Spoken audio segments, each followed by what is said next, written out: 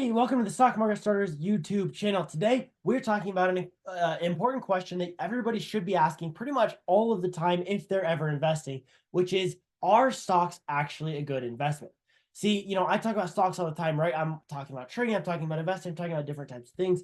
But the question does come up, and it's a good question to ask is, are stocks a good investment? See, if you're just starting out investing or, really ever, you want to know, are you getting into the right asset class, right? Are you buying the right things to help you grow your money over time so that you're making more money so that you take the money you have, you make more money with it, you reinvest it, and then all of that money can grow, right? That's the goal. And you want to, at the very, very least, be able to beat inflation so that the buying power of that money you invest actually goes up. So, I mean, is the stock market actually a good investment? Fantastic question. I want to show you guys a couple of cool things because I pulled up some articles about it. Basically, the way that this works, um, or what I'm really looking at here is I found, okay, if you're just starting investing, right? There's typically a couple of things that you're going to look at, right? You might think about real estate, you might think about gold and silver. Those are, more expensive. There's ways to do it, but really you're going to think about a couple of things. You're going to think about savings accounts, right? Like if you go to a bank and you say, "Hey, how should I invest?" They're going to tell you, "Open a savings account," right? We can do this savings or that savings or whatever. The other thing that you're going to tell you is that they will sell you CDs or certificates of deposit, and then they'll talk about the stock market. And some banks, like Wells Fargo, I know, has it so that you can buy shares of stock inside the bank, or they'll send you to a financial advisor who can, in theory, help you make more money investing as well.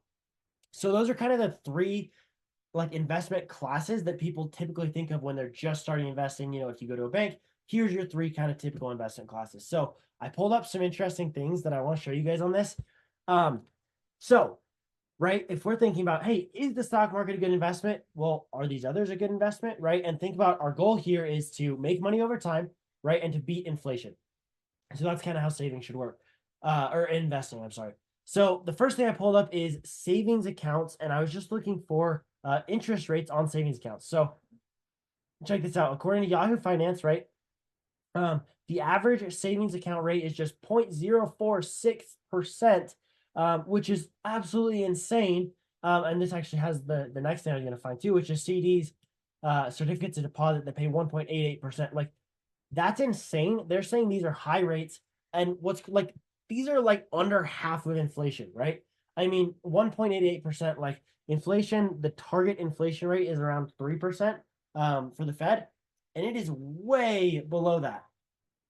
So, I mean, this is just insane to me that these are supposedly high rates, but right, savings accounts. Okay, maybe you can get a savings account up to 5.1% annual percent yield.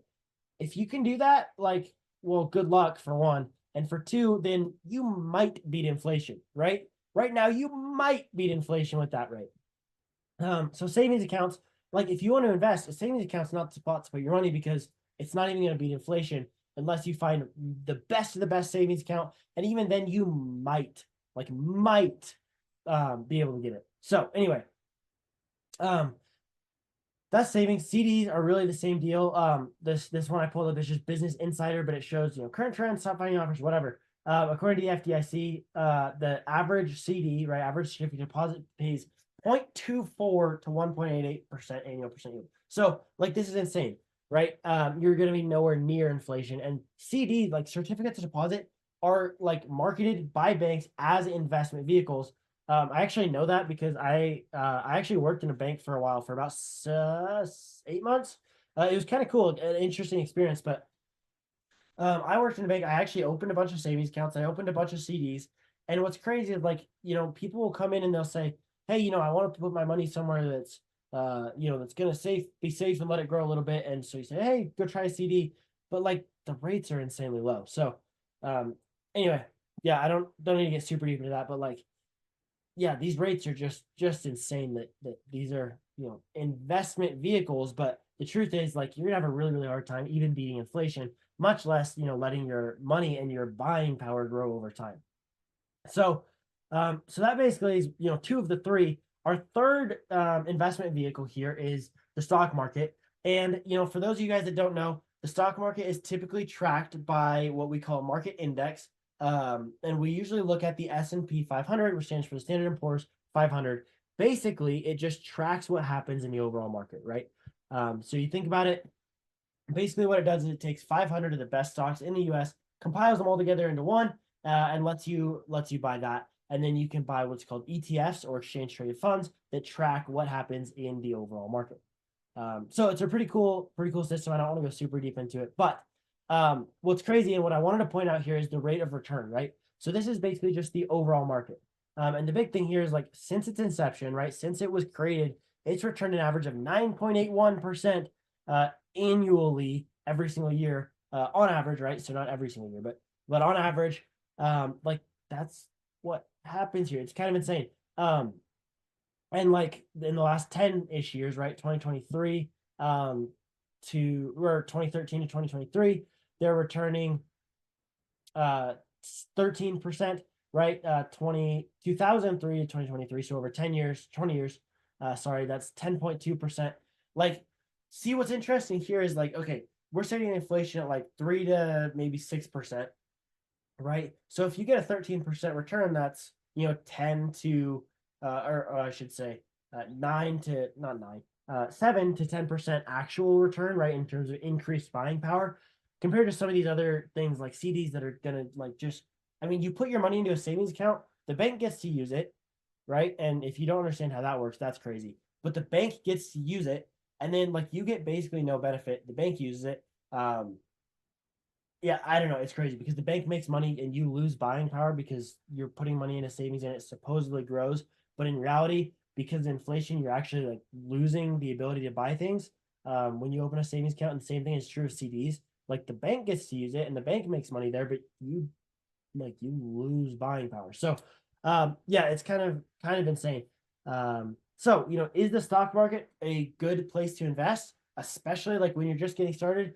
Like, I mean, it'd be kind of like this type of return to get, a 9% annual return, 10% annual return, 13% annual return. Like, it is so simple. All you have to do is, like, go buy it.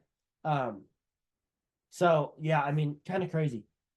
But I would say, hey, the answer to our question, right? Is the stock market a good place to actually invest? Well, compared to savings accounts, compared to CDs, it is. Now we could look at other things like real estate. We could look at gold and silver. Truthfully, I think there's a lot of benefits to the stock market compared to those anyway. But, like, it's kind of crazy to start thinking about, okay, do I want to invest? If so, what's the goal, right? And the goal is make money, beat inflation, right? Because if you're not beating inflation but you're making money, then it's not really worth doing.